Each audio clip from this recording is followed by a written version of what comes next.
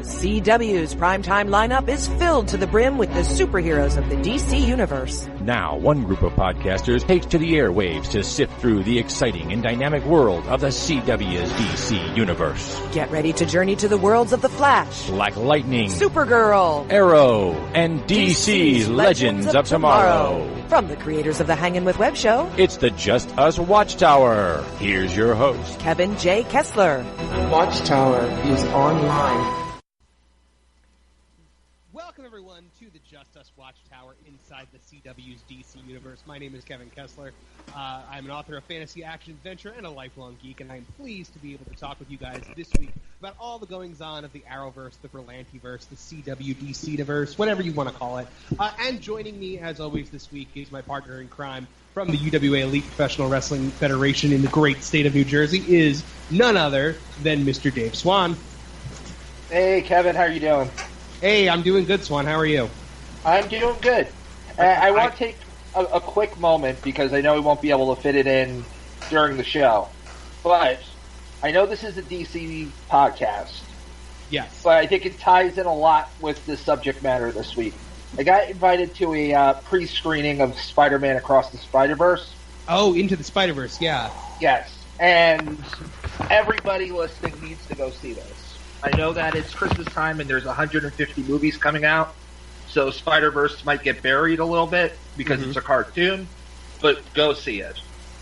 It's as good as anything you'll see in theaters, animation-wise or live-action-wise. I am really glad to hear you say that because I am, 100% down for these animated Spider-Man films. I really hope it's something that Sony continues to do, and I'm glad to hear that their first at-bat was better than Venom was, quality-wise. Oh, infinitely. Yeah, because Venom sucked. Also, folks, coming to us from Swan Cosplay is the incomparable Jessica Womack. Hello. Hey, welcome back. Thanks. Excited to be back. Yeah. Any big cosplays coming up? Not until some of the bigger the convention seasons happens, but I'm hoping to pull together a Crash of the Byzantium River song soon. Fantastic. So that sounds looking awesome. forward to that.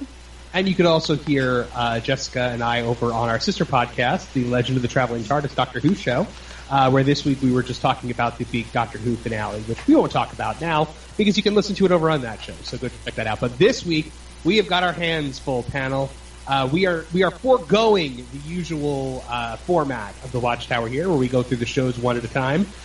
We are taking Black Lightning and Legends, and we are pushing them off into next week because there's just way too much to talk about because it is a special time of year in the Berlantiverse, Arrowverse, CW, DC-verse because it's crossover season.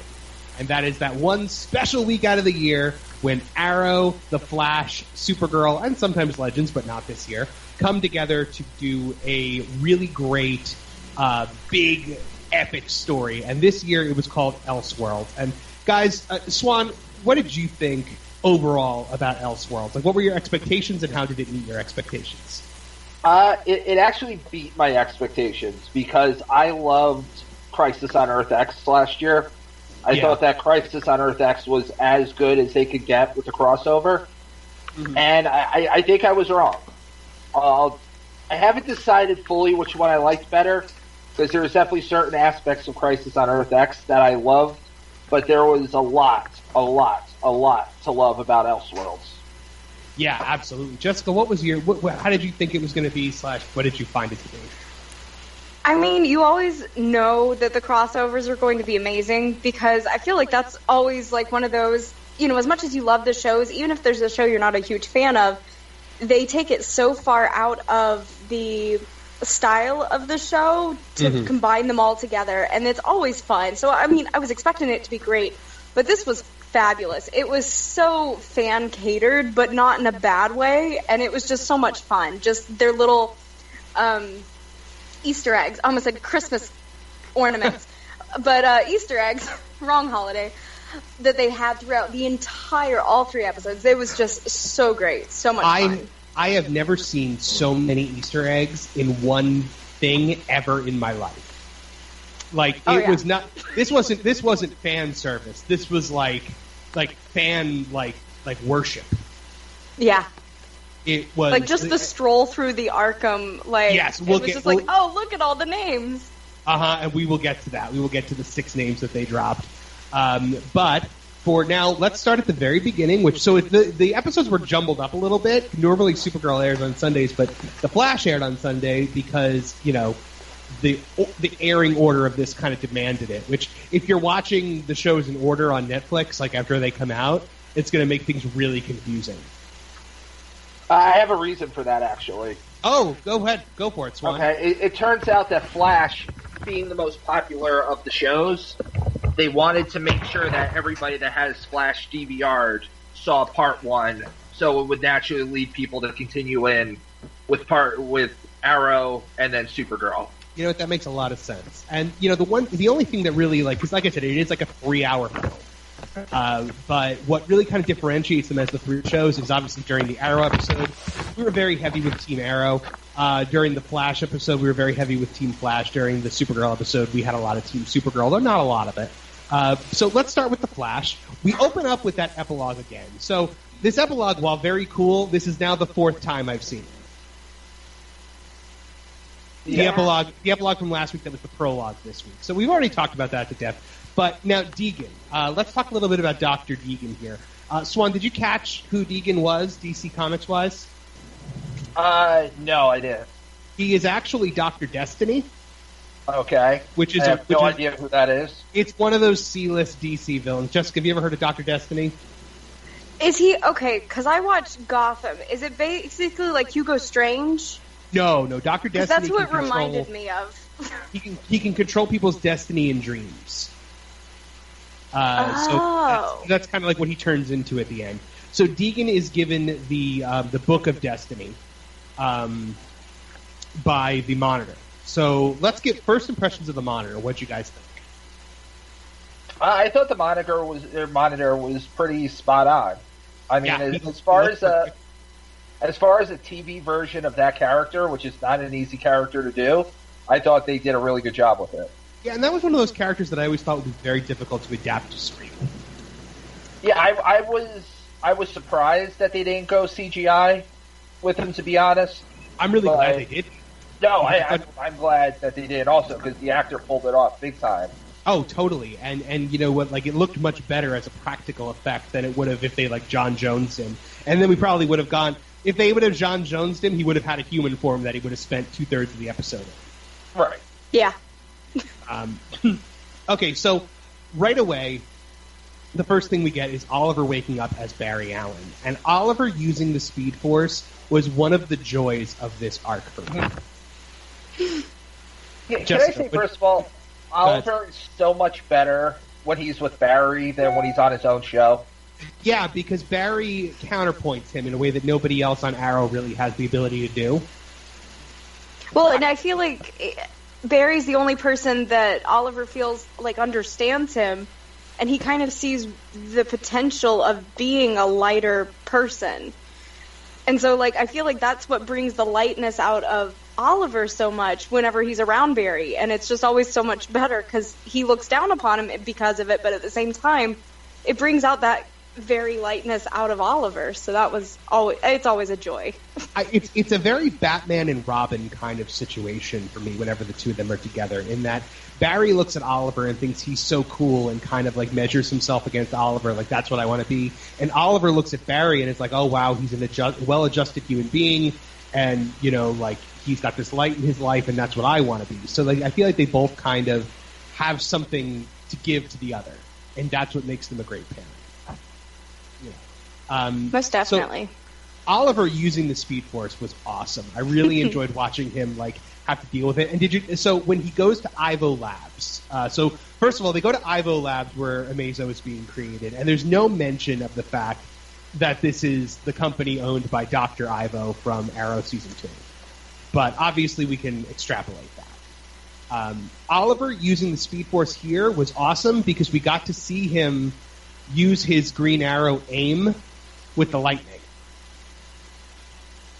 Like that. Yeah, and he was able to kind of like use both of them, which I thought was interesting that they didn't lose their prior abilities when they absorbed the other person's. I thought that was interesting. Well, Barry did. Yeah. Barry lost his abilities, but Oliver was But he didn't lose his knowledge of the abilities. Oh, right. Like, it wasn't just like, oh, I can't do it anymore. And the same thing with Oliver. He didn't lose his aim. Whereas Barry, we saw him playing baseball. Barry never had aim. Yeah, Barry is the most uncoordinated human being on the planet. Oh, yeah. So I thought that was interesting because it was almost as if they both had each other's simultaneously while holding on to their own. Mm-hmm. Without the actual powers, if that makes sense. Yeah, absolutely. And so throughout this scene, we see Amazo for the first time. And Swan, I mean, you're a Justice League fan. What did you think about seeing Amazo for the first time? We knew it was eventually going to happen since Arrow Season 2, but it was pretty cool to see Amazo pop up. Yeah, I mean, it was cool. It was cool as a Flash episode villain. I mean, that's not a character that you can get multiple episodes out of. No, and we'll get more into Amazo when we get to the part where they're actually fighting him. But when Barry like all of a sudden wakes up in that training room as Oliver, he's delighted to be Oliver Queen. Did you notice that? Oh yeah, he was ecstatic. He's ecstatic until he finds out that Oliver woke up next to Iris, and that's the point where he's just like, okay, we got to figure this out. Diggle puking every time Barry super speeds him will never get old for me. No. That's a running gag that I can't get enough of. And just the we talked about the interactions with Barry and Oliver, and how about the fact that they finally solved one of the biggest things that people complain about in the Flash is why, like, how do you keep these villains in the pipeline with no toilet? Yeah. I was like, it took you 4 seasons and you finally got it. Yeah, I have a big problem with the pipeline scene. Go for it. All right. I wonder if it's the same problem that I have, because I had a problem too. Why did the Flash's powers work? Specifically, it's a power dampening. Yeah, there was a reason for that, because they backed up the toilet, and that somehow shocked the dampening system. Short-circuited the dampening system. Although why they're plumbing and electric are kind of running side by side. Yeah, it's a major design flaw, Cisco. Let's go take a look at that. But I mean, like that's a huge flaw. Like, what if the metal bully guy like took a huge dump one day and backed up the pipes? Like, at that point, the power dampener is going to go out. So anyway, I really dug that. I thought it was kind of easy to escape from the pipeline. Like, I was like, I'm shocked more people haven't escaped from here. Yeah, I mean, they made it pretty easy. You know, I mean, they had to move the plot along, but I feel like they sacrificed a little common sense to get there. Yeah, absolutely. So we go into this scene with Barry and Iris here, where Iris finally believes that is Barry Allen. And it's very different from what we eventually see from Oliver and Felicity. This is one of those few moments where I believe in Barry and Iris' love. Like, what did you guys think of this interaction?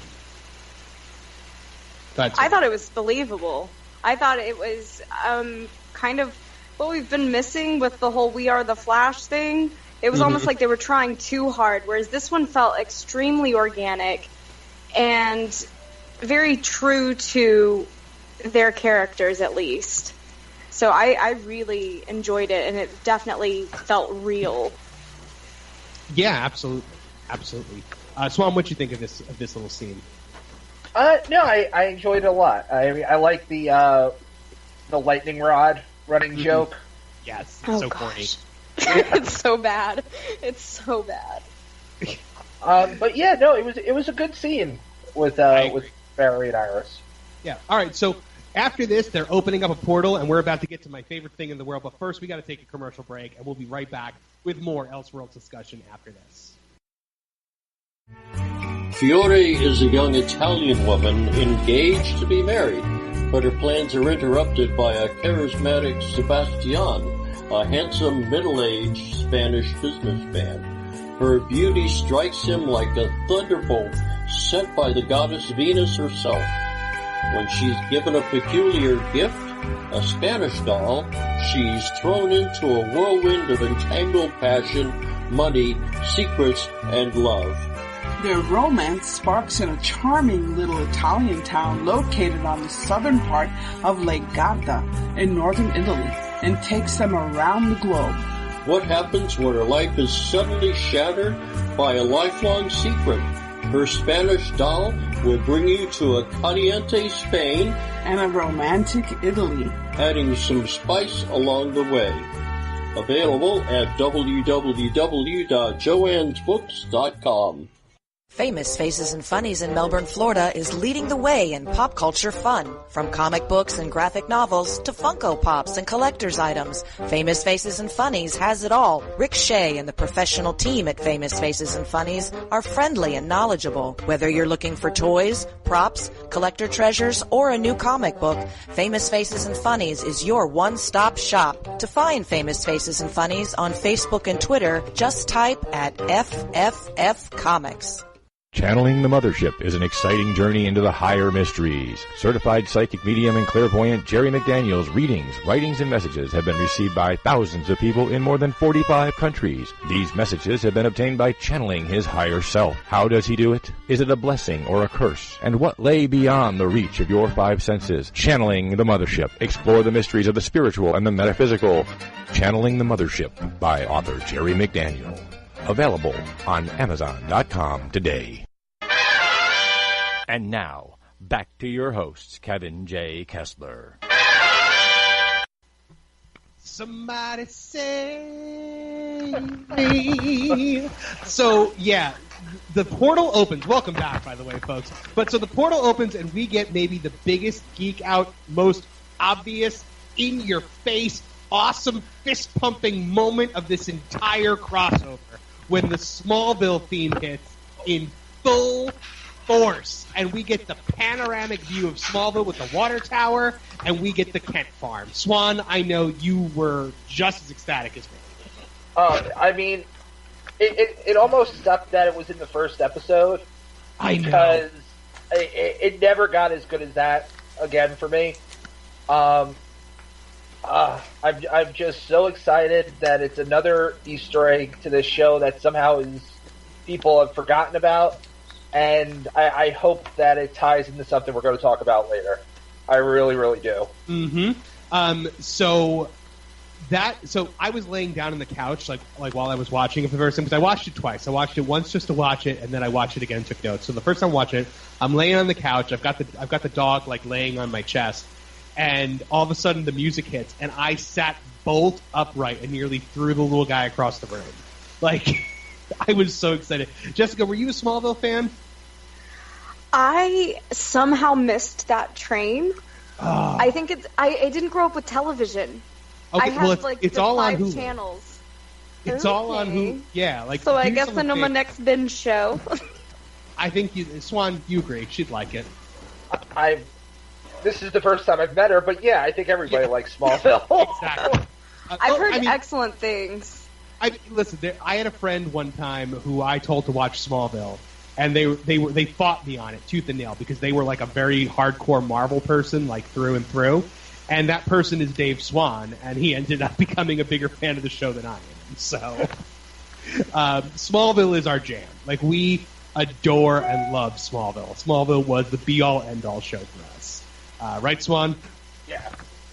I mean, not only the theme song and the panoramic shot, but the fact that they did these big, like, swooping crane shots and stuff when they first went there. Like, they revealed Lois from an overhead shot. Like, somebody watched the old show and was like, okay, for this a minute and a half, we're going to pay as much homage to it as we could. It was shot exactly like Smallville. They even had the constantly being fixed truck out in front of the barn. Like, when I saw they were working on the truck, I was like, it's the truck! Like, all I could picture was John Schneider coming out from underneath a hood of a car going, son, I want you to stay away from this fella. It was so perfect. So right away, love this Lois Lane. Yeah, I mean, I think she's great. And I'll tell you what, like you said, I mean, Tom Welling will be my Superman for a long, long time, but Teen Wolf is pretty awesome. He is a charismatic man. I gotta say. That is my Superman now. He has that ineffable thing that makes someone a good Superman. I think it's just because he's a nice dude. You know, like, I think that's just kind of like how it is. Jess, what did you think of this Lois Lane? And, of course, what are your overall thoughts on this Teen Wolf Superman? I liked it. I'm not a huge actual, like, Superman fan. Because I've not had an excellent introduction. I've only seen some of, like, the films that have been out recently. Mm-hmm. So, Sorry. I haven't really had, I know.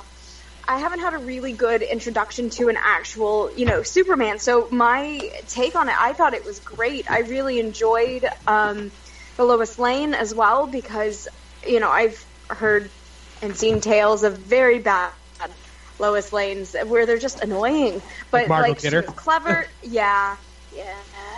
But she was clever. She was, it was just, you saw the appeal, and it was just a breath of fresh air, in all honesty. They had chemistry, too. I instantly got their connection. Oh, yeah. Most definitely. They were perfect together as Clark and Lois, which the Clark-Lois dynamic is a hard one to nail. Erica Dunrace and Tom Welling, I think, did it the best. I would say for the worst, I would probably go with Superman Returns. But oh, God.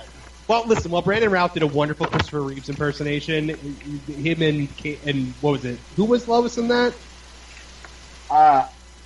Whoever it was, Kate Bosworth. And Kate Bosworth had absolutely no Clark-Lois chemistry. But so, Jess, as someone who's really only been introduced to Superman through the DCEU, were you shocked that he wasn't brooding or crying or raging or screaming? I was very happy. How did you feel when he saved someone? How did you feel when he saved a human being? Did that make you happy? It did. It was very nice to see. But I feel like that's what these shows do well. I feel like that's what the CW shows have done really well is they've taken... Because I've always said this.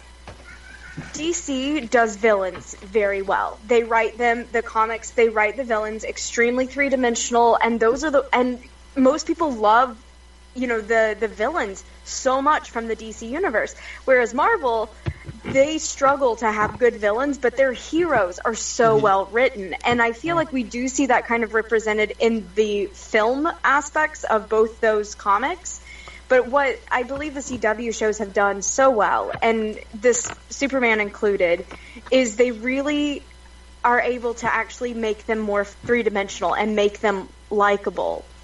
And I really felt like that was definitely achieved with finally seeing Superman, Absolutely. And so the thing, Swan, to put this in wrestling terms, DC is a heel territory and Marvel's a babyface territory. Oh, no doubt. I mean, 110%. Yeah. And it's crazy because DC might have the three biggest superheroes of all time. In Batman, Superman, and Wonder Woman? Yeah, in the Trinity. But past that, it's definitely a villain's... Yes. Universe. Yeah, absolutely. Absolutely. So Barry and Oliver meeting Clark, that was a moment for me. As somebody who was a DC fan, who was a Superman fan, seeing the Flash and the Green Arrow meet Superman for the first time, that was definitely a huge thing for me. And this was another scene where Oliver was, did stuff... Oliver constantly did stuff in the crossover, like he does every crossover, that he would never do on Arrow. Mm-hmm. They love making Oliver, the butt of the joke. Yeah, which is great. He's a straight... Yeah, when he meets Clark and he, puffs out his chest. And Barry calls him out. Are you puffing out your chest? Yes. Yes. That gave me such a Star-Lord vibe with Thor. Yeah. Yes. From the Avengers, and I just absolutely loved it. And speaking of moments that I love, Barry getting Oliver with the remote control arrows was amazing. Oh. I've been waiting 4 years for that. That was absolutely awesome. Though, where did he get remote control arrows in Earth 38? But I guess you're not supposed to think too hard into it. I'm sure there was, those just laid around on the Kent family farm. Well, yeah. I think Kara helped him out. I also love when they were arguing and Lois was like, punch him out, Barry! Yeah. What? He's a jerk. I thought their argument was great. I thought that they brought up a lot of really good points about each other where, Oliver was like, you can't get through 1 week without an inspirational speech and you're helpless without your wife in your ear. And Barry was like, Felicity invented quarterbacking. Yeah. Another line that I marked down was Ralph saying it's not even Tuesday. No, yeah. That's when the Flash usually airs. Okay, so when they go back to Earth 1 to fight Amazo, did you notice? So Amazo takes powers from all of them, and you see the appear on it. What the heck did he take from Oliver or Barry in this situation? Because the Arrow logo appears on his chest, and I'm like, he's not a metahuman. What did you take from him? Yeah, who knows? I don't know. I mean, his aim, I guess. That's not a thing that you can sense. No, but if I encountered Amazo, would he instantly be really good at playing Super Smash Brothers as Kirby? Maybe. You never know. No. Maybe it's almost like that, because he had trained, and it's almost like a sixth sense when you're able to kind of sense the things around you and anticipate, because that is a honed skill, and it's not something that people are born with or something like that. It's not. So maybe they're trying to say that maybe Oliver does have this innate sixth sense. I don't know. I'm stretching. Yeah, it's a little bit of a stretch because, like, for me, it's a lot about, how do I put this correctly? It's like when they try to say that the Joker's insanity is a superpower. It's not a superpower. It's not like Amazo is supposed to copy the meta gene. He's not supposed to like pick up on things you're good at. Yeah.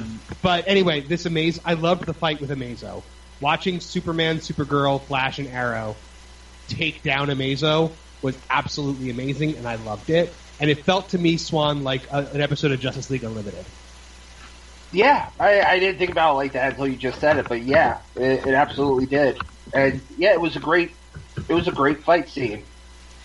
It was a great way to close the first act of this narrative, like by having an awesome moment where you get to watch all four of them come together. And I liked that Superman wasn't just like the guest star. Like, it's not, like when he's been on Supergirl before, I felt like he's just kind of there. It's Kara's show.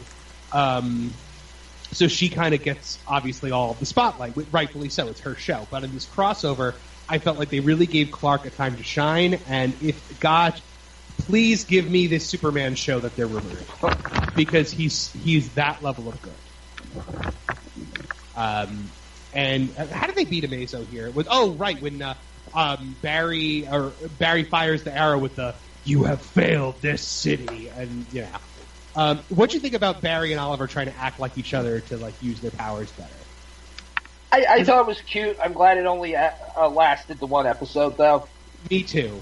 I thought it stretched a bit because it didn't feel like it was Barry Allen trying to act like Oliver Queen. It really felt like it was the actor truly trying to take on the role of Oliver Queen, because it was almost as if they did it too well, both of them. Yeah, because, like when they started arguing, and I was just like, you shouldn't be in each other's head. Now, is this part of like them rewriting the way that reality is, or did you guys overdo your research? No, I felt like they were just trying to channel the other. Like they were trying, because like they made the point to be like, you know, he was able to phase when he like laughed, and Barry was able to dislocate his thumbs when he got angry. So by acting more like the other, they were able to kind of harness the other's abilities better, and that's kind of what I pulled from that. I felt like it was a bit of a stretch, but I did like little things like when they beat Amazo and Oliver's like, "Great job, guys," and Barry's like, "We got lucky." Like, yeah, See, but with that, I felt like Barry was almost like kind of making fun of Oliver, but whereas I didn't feel like Oliver was making fun of Barry. I felt like Oliver was actually, and I was like, is it because he kind of gave himself permission to be that lighthearted? Maybe. We have to take another commercial break. We will be back to close out this episode of The Flash and then move on to Elseworlds Part 2 right after this. Grab some altitude and adventure together at Pound the Grape. It's all about an adventure above the crowd. There's always something different happening there, from painting to food pairings to dancing. But one thing's rock solid, people sharing incredible wines from around the world. And if that's not what puts Lift under your wing, try their craft beer. Grab some altitude and adventure at Pound the Grape. Find more at poundthegrape.com. Poundthegrape.com. Pour a glass of adventure. Best-selling and award-winning author of true crime and crime fiction, Yvonne Mason is back with a brand new book, The Pink Canary, a book that delves into the life of a drag queen and a marvelous whodunit. You can find this and all of Yvonne's other works on Amazon.com, or find Yvonne Mason on Facebook and Twitter. He's gonna kill me. Buy your copy of Pink Canary now. From the imagination of author Kevin J. Kessler, the Rosinanti dragons are no more. They have fallen into the obscurity of lore. Now warrior Valentine Beret and Seraphina, a magically gifted princess, are on a mission to save the world of Terra. Together they must face the Rosinanti legacy and combat the greatest threat their world has ever known. In the end, who is stronger, the man or the dragon? Find out in Kevin J. Kessler's The Rosinanti series on Amazon.com today. You're listening to the Just Us Watchtower on Krypton Radio. Welcome back, everyone, to the Just Us Watchtower here on Krypton Radio. Thank you for joining us. We continue our exploration of Elseworlds. Wrapping up Elseworlds Part 1, obviously the big beat that we left the first episode on was this moment where they realized, oh my gosh, we have to go to Gotham City. And we see Wayne Tower for the first time, and we get that tribal drum, awesome Batwoman theme music. What'd you guys think of that music? Jessica, what'd you think of it? Oh, I loved it. I thought it was great. Very fitting, so much right? fun. Like it had such like a Batman kind of feel to it, but slightly different. Swan, what'd you think of that first reveal of Batwoman? I thought it was good. Yeah. I thought it was good. I wish the rest of it was as good as the reveal, but we'll get into it. Oh, you weren't happy with Batwoman then? We'll get into it. We'll get into it. So we go in... Excuse me. The next episode is Arrow. And my favorite part of this was that it opened up with Barry Allen doing the My Name is Oliver Queen. Yes. And Barry in all of... Like, Barry in Slab Side. Barry, like, you know, like, throughout all of the scenes that's usually Oliver. Like, they filmed a whole intro sequence for it. Cool to see Deathstroke's son come back. Though all the Argus agents open fire, the bullets bounce off of his armor. No one thinks to take a headshot, apparently. Yeah. I thought that was strange, but...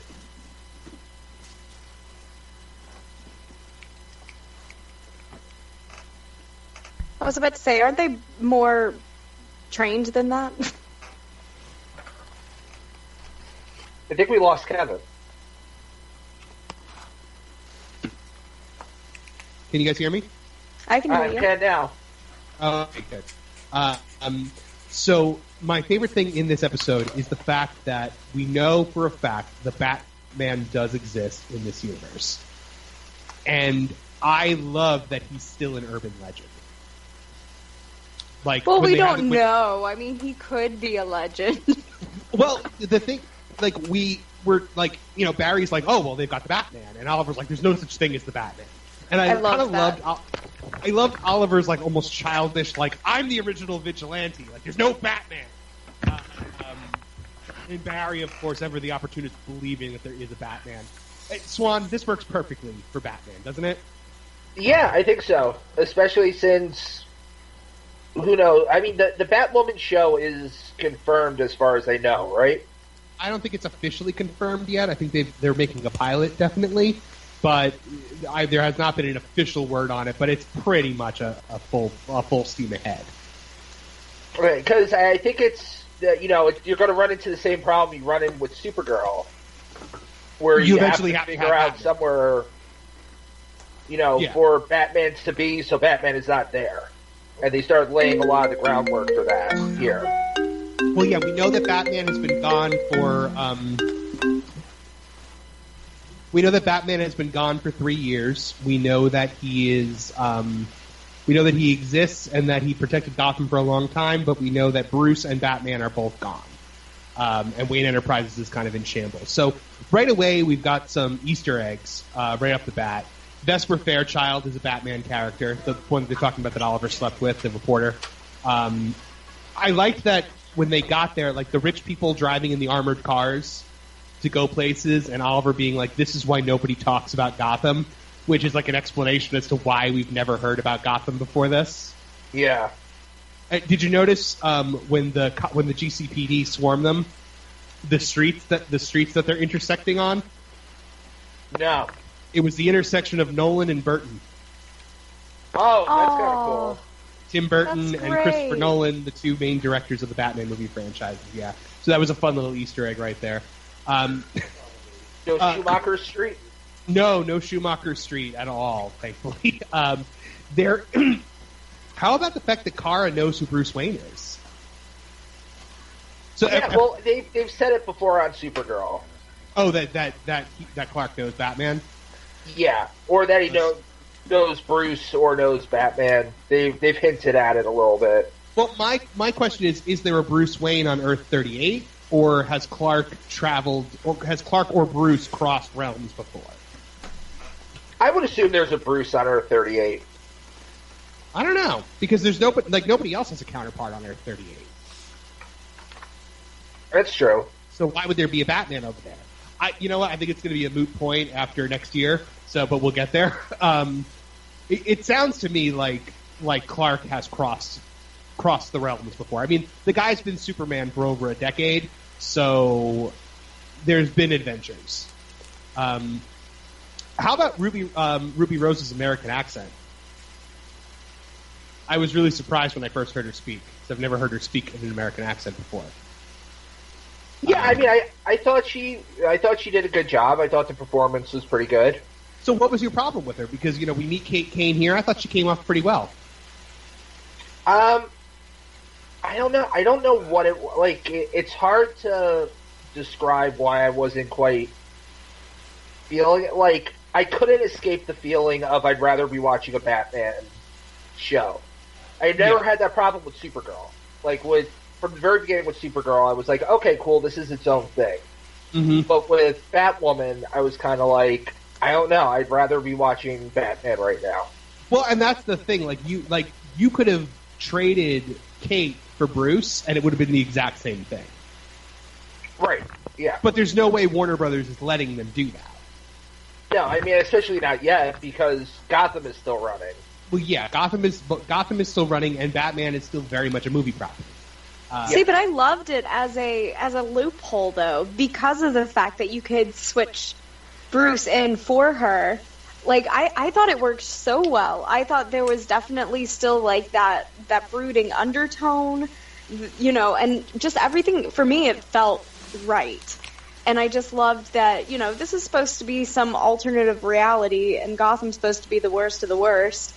But I loved that they had her being the one that was in it. And I don't know. I liked it. I didn't mind it at all. I mean, obviously, I love Batman. I'm a Batman fan.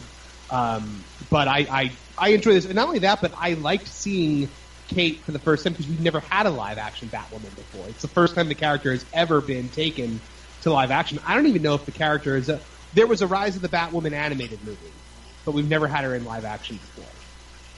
So Ruby. Now I have a question because I'm not a Supergirl fan. Does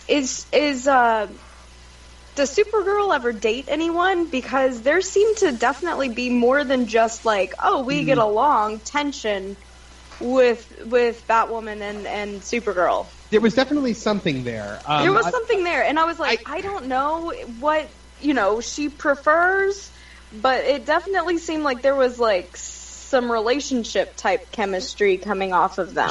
She's had 2 boyfriends throughout the course of the show. She had Jimmy Olsen in the first season, which got promptly dropped in the second season, like very suddenly. And then she was with Mon-El for 2 seasons. So we've never experienced Kara like being a little gay, but you never know. Yeah, she definitely seemed a little in this. She definitely seemed a little bi-curious. Bi-curious, yeah. But Batwoman is 110% gay. So, like, that, the whole thing with Batwoman is it's the first openly gay superhero that's, like, leading a show. Like, that's going to be the hook about Batwoman. We had a Lucius Fox reference on top of the building, which talked about one of the R&D guys still being around. And, of course, the Wi-Fi password is Alfred. Yeah. I loved that. That was beautiful. And in The Office, they had the Shakespeare bust from Batman 66. Yep. Brilliant homage to Batman 66 because the Shakespeare bust is how you access the Batcave in the Adam West 1966 Batman. You pull the head back, a little button there, and get the pole, the Bruce and the dick on them. Kate hitting on Kara, Shakespeare bust, Arkham Asylum, Easter egg central in Arkham Asylum.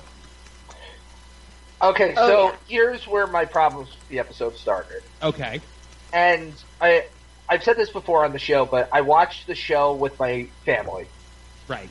So, I mean, I have kind of the viewpoint of somebody that knows a lot about comics and people that know nothing about comics.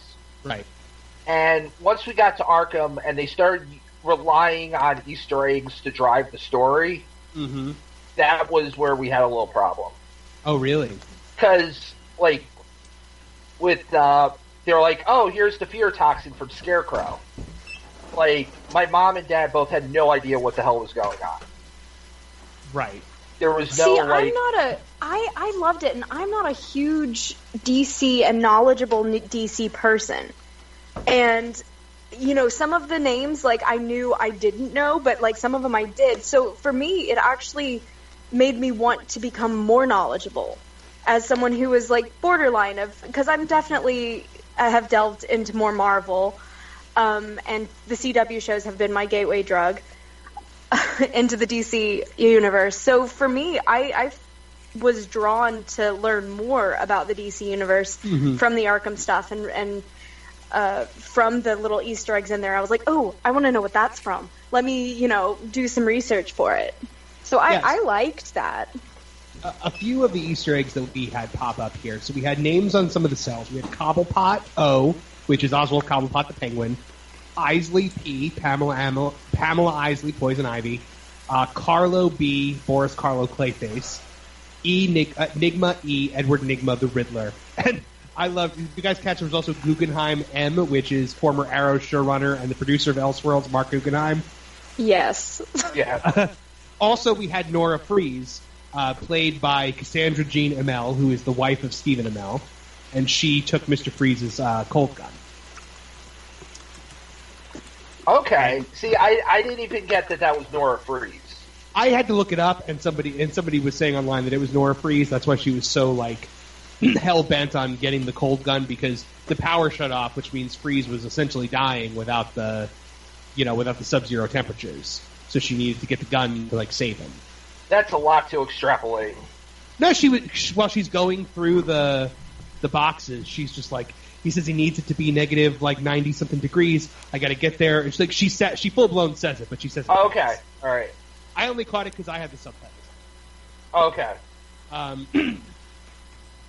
So we also, of course, had Jonathan Crane's The Scarecrow's fear toxin. Did you catch the Bane mask from The Dark Knight Rises? Yes. Yeah. That was so cool. Yeah. So the fear toxin has a definite different effect on each of them. Barry sees Malcolm Merlin. Oliver sees Eobard Thawne. It was cool, but to me that made no sense since they still have their own minds. Right. I was confused by that too. I was like, but they have their own minds, but maybe but they're the only ones that remember it though. So maybe the world functions, including the serum, which would have been affected by this change, was just reacting simply to their identities. Yep. We've got to take our last commercial break, so we are going to take a quick break, and then we'll be back with the rest of Elseworlds right after this. How you doing, everybody? This is KG Bethlehem. I'm an author of a new book called Certain Moments of Time. It's a collection of short stories. These short stories range from post-apocalyptic, dystopian, anti-utopia, as well as general fiction. You can find Certain Moments of Time on sale at Amazon.com, where you can purchase the ebook format as well as paperback format. You can also purchase it at Lulu.com, paperback format, and will be on sale soon at BarnesandNoble.com. From some of today's best-selling, award-winning authors comes 22 page-turning tales, Cursed Lands. Cursed Lands will lead you through one doomed world after another in a haunting dystopian urban fantasy. Join the courageous as they battle for survival across worlds where fae, vampires, angels, witches, and more roam freely. Cursed Lands is coming soon on Apple Books, Kobo, and Nook. Pre-order your copy for just 99 cents today.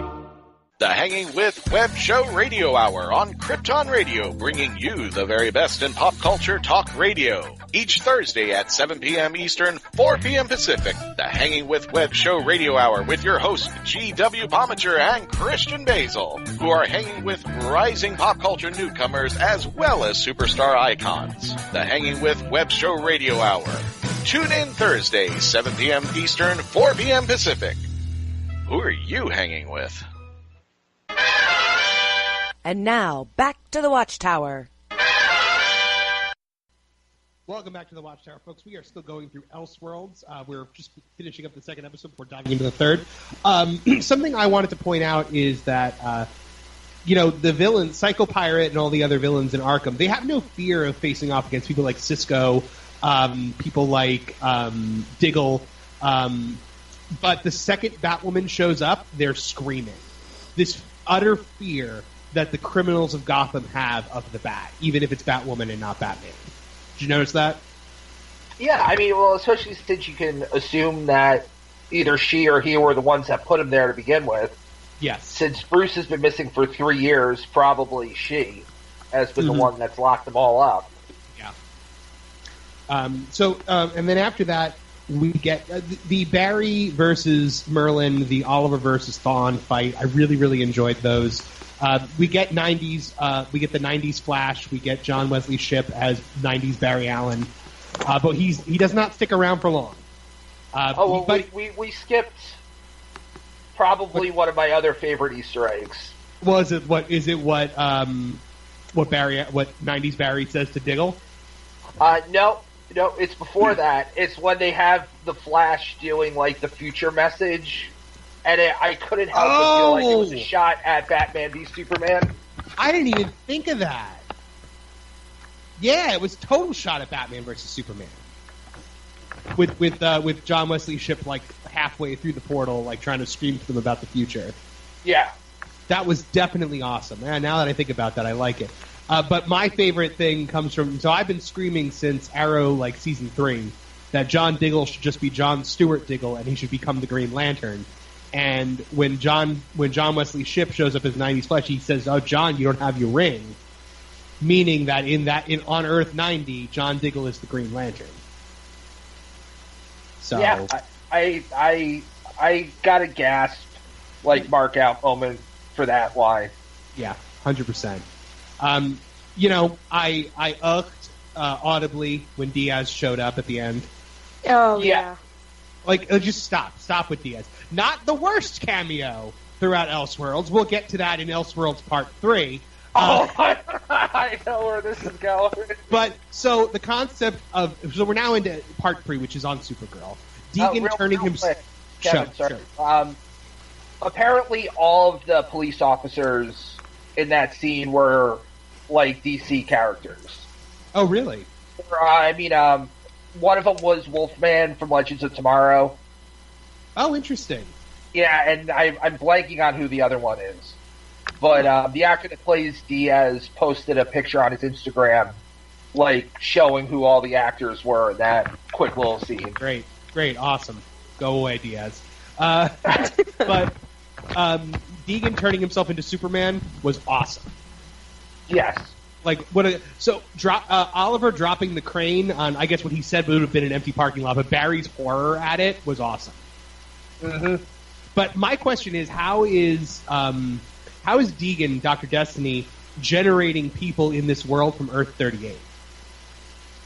Well, I that took me back at first, but I assumed that, I guess there is a Jimmy Olsen on Earth 1. No. There is an Alex Danver on Earth. It's just, we've never interacted with them because there's no reason to. I'm positive there's not. There can't be.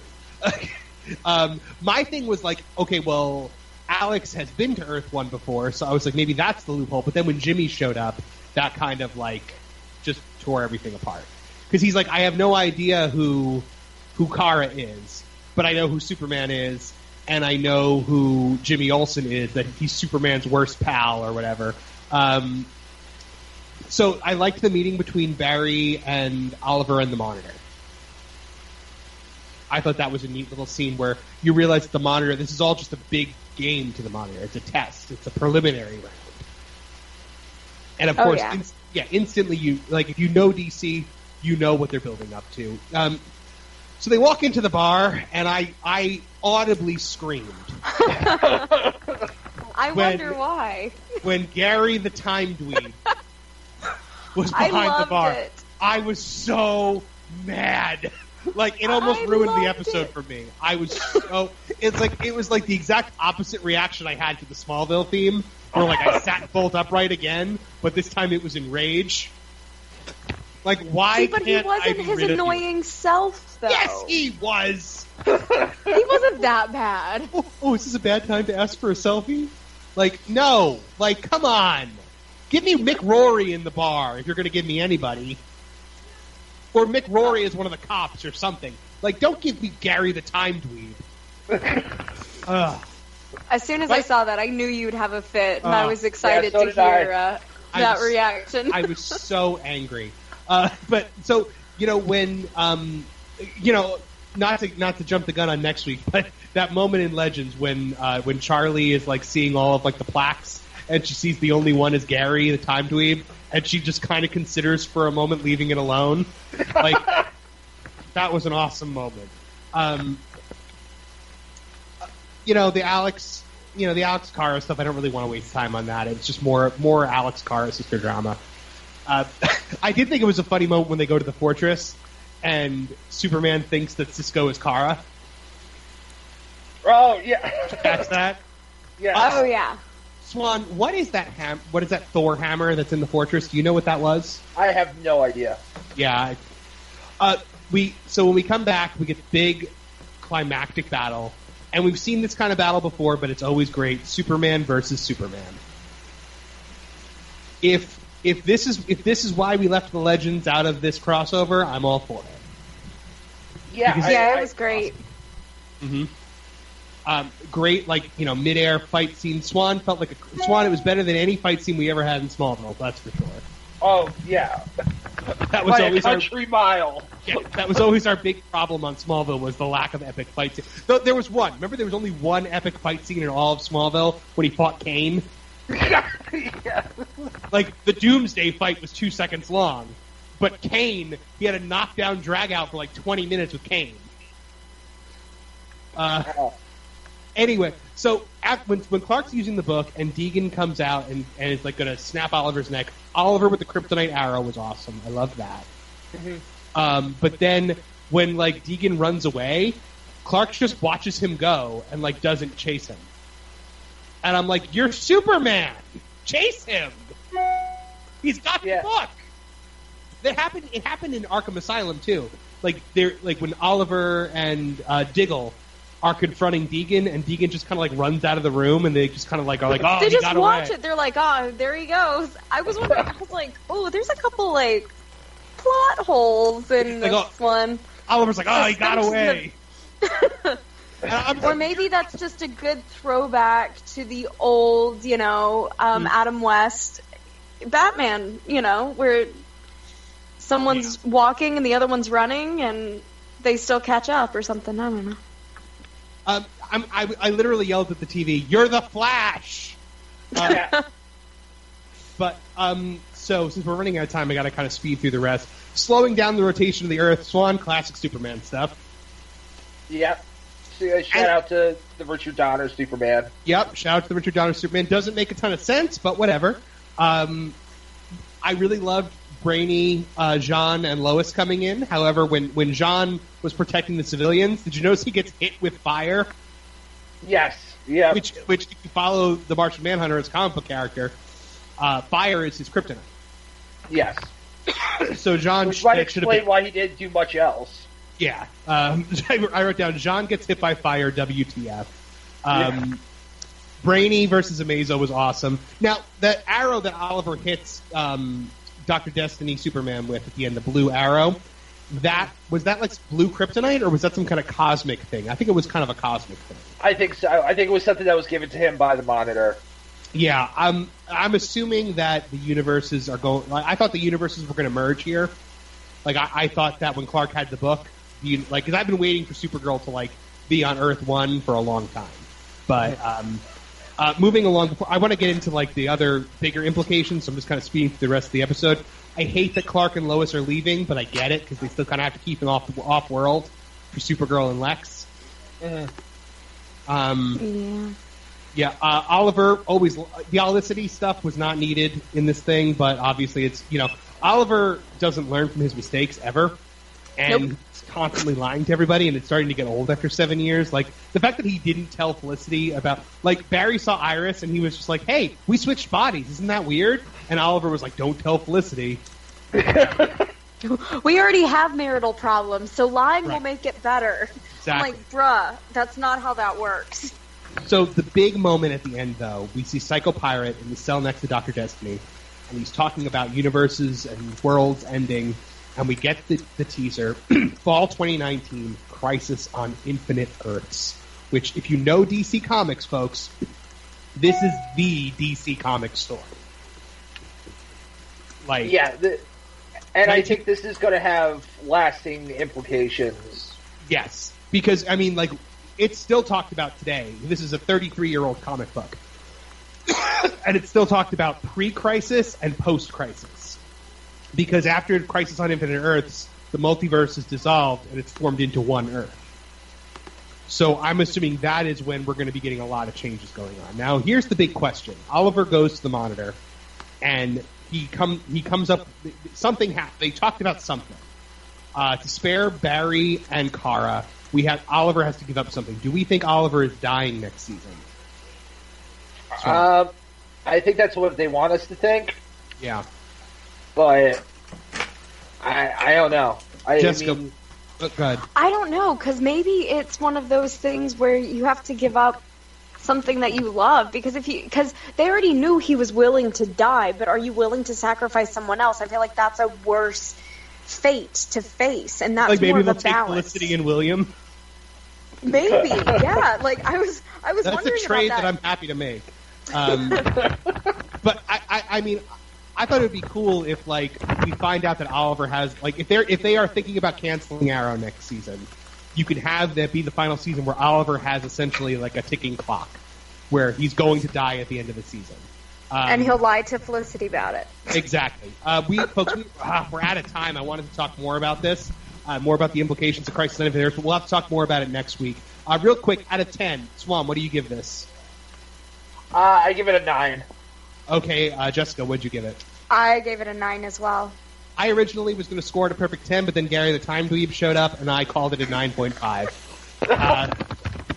Folks, that does it for the Watchtower this week. Thank you for joining us. More talk about this concept and Crisis on Infinite Earths in next week's episode, I promise. Sorry we ran out of time this week. Folks, for Dave Swan, please check him out over at uwaelite.com and check out the UWA Elite Network. For Jessica Womack, check out her Instagram over at Song Swan Cosplay. And for me, check out my Facebook page, facebook.com/Kevin J Kessler, author, for news about all of my books. Thank you guys for joining us again, and we will see you next week. Watchtower logging out. Watchtower is offline.